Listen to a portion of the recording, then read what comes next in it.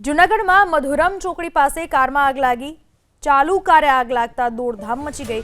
ધુમાડો નીકળતા કાર ચાલક બહાર નીકળી ગયા। ફાયર વિભાગની ટીમે આગ ઉપર કાબુ મેળવી લીધો છે।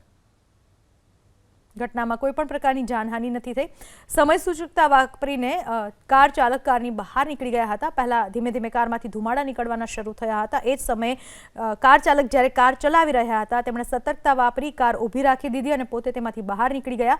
બાદમાં અચાનક જ ભડભડ કાર સળગવા લાગી હતી। ફાયર વિભાગની ટીમને જાણ કરતા ફાયર વિભાગની ટીમ ઘટના સ્થળ પર પહોંચી અને આગને કાબૂમાં લીધી હતી। ઘટનામાં કોઈ પણ પ્રકારની જાનહાનિ નથી થઈ। સમય સૂચકતા વાપરીને કાર ચાલક કારની બહાર નીકળી ગયા હતા। પહેલા ધીમે ધીમે કારમાંથી ધુમાડા નીકળવાના શરૂ થયા હતા। એ જ સમયે કાર ચાલક જ્યારે કાર ચલાવી રહ્યા હતા તેમણે સતર્કતા વાપરી કાર ઊભી રાખી દીધી અને પોતે તેમાંથી બહાર નીકળી ગયા। બાદમાં અચાનક જ ભડભડ કાર સળગવા લાગી હતી। ફાયર વિભાગની ટીમને જાણ કરતા ફાયર વિભાગની ટીમ ઘટના સ્થળ પર પહોંચી અને આગને કાબૂમાં લીધી હતી।